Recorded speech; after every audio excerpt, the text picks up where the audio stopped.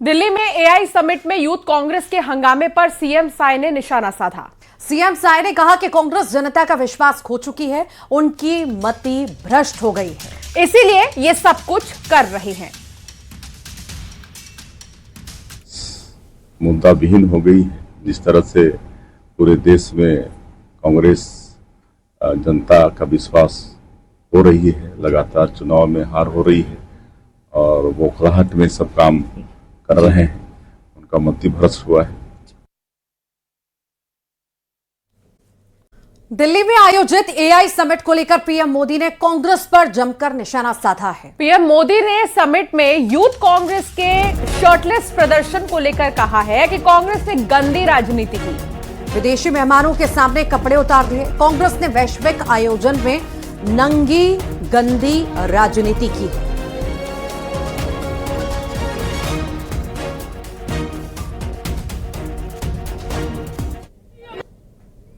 अभी आपने देखा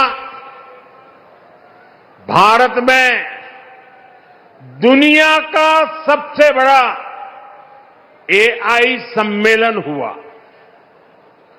दुनिया भर के 80 से अधिक देशों के प्रतिनिधि दिल्ली आए।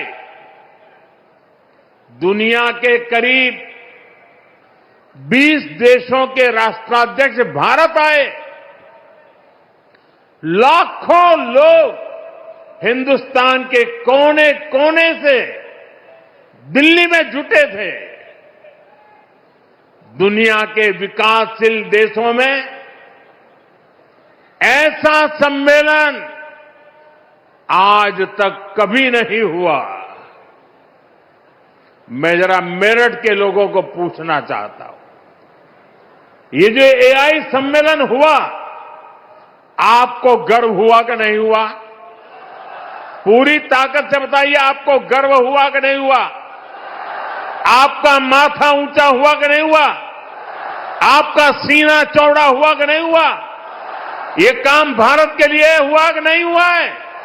भारत के युवाओं के लिए हुआ है कि नहीं हुआ है?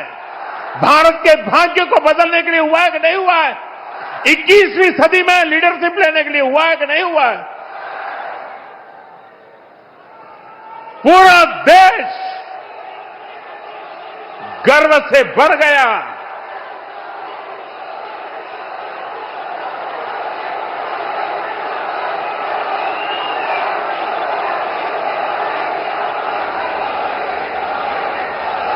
लेकिन कांग्रेस और इसके इकोसिस्टम ने क्या किया? साथियों, कांग्रेस ने भारत के एक वैश्विक आयोजन को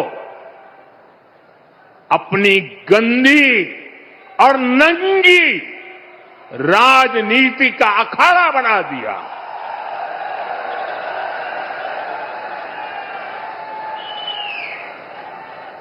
समारोह स्थल पर विदेशी अतिथियों के सामने कांग्रेस के नेता कपड़े उतारकर पहुंच गए।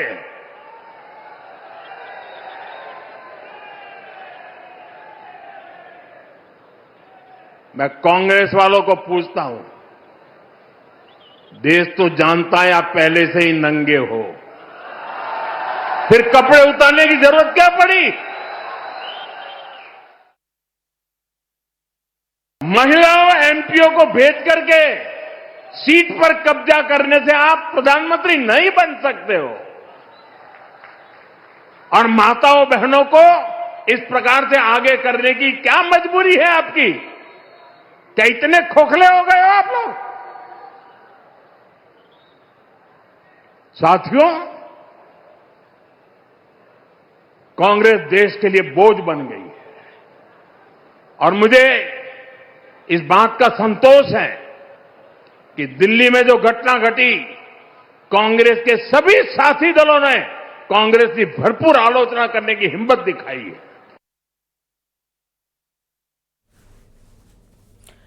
दिल्ली में एआई समिट में यूथ कांग्रेस के हंगामे पर सीएम साय ने निशाना साधा। सीएम साय ने कहा कि कांग्रेस जनता का विश्वास खो चुकी है, उनकी मति भ्रष्ट हो गई है, इसीलिए ये सब कुछ कर रहे हैं। प्रयागराज में माघ मेले के दौरान विवादों में रहे ज्योतिषपीठ के शंकराचार्य स्वामी अविमुक्तेश्वरानंद सरस्वती की मुश्किलें बढ़ गई हैं। प्रयागराज की पॉक्सो कोर्ट के आदेश के बाद झूंसी थाना पुलिस ने अविमुक्तेश्वरानंद के खिलाफ एफआईआर दर्ज कर ली है। ये मामला आश्रम में शिष्यों से यौन शोषण के आरोपों से जुड़ा हुआ है। शाकुंभरी पीठाधीश्वर आशुतोष ब्रह्मचारी महाराज अविमुक्तेश्वरानंद के खिलाफ यौन शोषण का आरोप लगाया था और अर्जी दाखिल कर एफआईआर करने की मांग की थी। पुलिस अब इस मामले की जांच करेगी। कुल मिलाकर अब स्वामी अविमुक्तेश्वरानंद सरस्वती की टेंशन बढ़ने वाली है। आशुतोष ब्रह्मचारी ने स्वामी अविमुक्तेश्वरानंद सरस्वती के आश्रम में नाबालिग बच्चों के साथ यौन शोषण का आरोप लगाया था।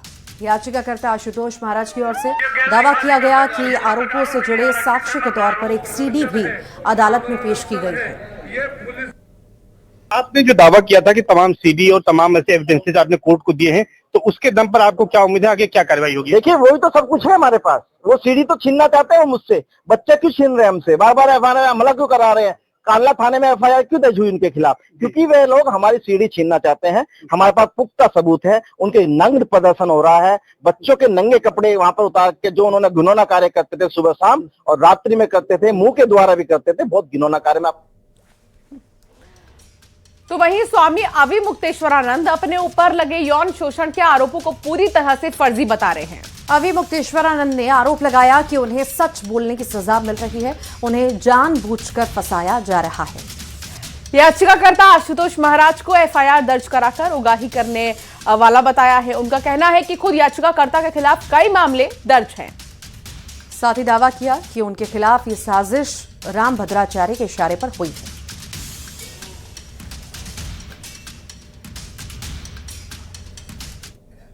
जो फर्जी मुकदमा बना करके हमारे ऊपर दायर किया गया है, उसकी सच्चाई सबके सामने आएगी, तभी ऐसा काम करने वाले जो लोग हैं वो दंडित हो सकेंगे। तो इसलिए आवश्यक है, हम यही कहना चाहेंगे कि न्यायालय लंबा समय न लगाते हुए इस पर थोड़ी सी द्रुत गति से काम करे, क्योंकि बहुत सारे लोगों की निगाह इस पर लगी रहेगी। उज्जैन में किन्नर अखाड़े के संस्थापक ने गंभीर आरोप लगाए हैं। उन्होंने दावा किया कि प्रदेश में कथित रूप से किन्नर धर्मांतरण गैंग सक्रिय है। इस संबंध में उन्होंने मुख्यमंत्री से लेकर प्रधानमंत्री तक शिकायत भेजने की बात कही है। किन्नर अखाड़े के संस्थापक महंत ऋषि अजय दास ने आरोप लगाया कि कुछ लोग सुनियोजित तरीके से हिंदू किन्नरों का धर्मांतरण करवा रहे हैं। महंत ऋषि अजय दास का कहना है कि हिंदू धर्म में किन्नरों को अर्धनारीश्वर स्वरूप माना जाता है, लेकिन इस आस्था का दुरुपयोग किया जा रहा है। उन्होंने आरोप लगाया कि बच्चों को जबरन किन्नर बनाया जा रहा है और दान की राशि का उपयोग धार्मिक स्थलों और बाकी गतिविधियों में किया जा रहा है। महंत अजय दास ने दावा किया कि इस पूरे नेटवर्क का संचालन इंदौर से ही हो रहा है और कुछ नाम भी सार्वजनिक किए गए हैं। उनका कहना है कि इन लोगों पर कई मामले दर्ज हैं और इसकी जानकारी पुलिस प्रशासन को भी दी गई है। ये कि जैसे इस देश के अंदर कई प्रकार के जिहाद चल रहे हैं, जो कि सबूत उनके आ भी चुके दुनिया के सामने और साबित भी हो चुके हैं, लेकिन किन्नर जिहाद के बारे में जनता को नहीं पता था। हमने जो है 16 जनवरी 2026 को जो है जयपुर में एक प्रेस कॉन्फ्रेंस लेकर के दुनिया को बताया कि भैया इससे भी खतरनाक कोई जिहाद चल रहा है, तो वो है किन्नर जिहाद। और किन्नर जिहाद हमने उसको इसलिए नाम दिया क्योंकि जितने भी देश के अंदर जो गादी परंपरा किन्नरों की चल रही है, उसमें प्रमुख गादियों पे सब जो है मुस्लिम किन्नर बैठे हैं और वो जो है धर्मांतरण का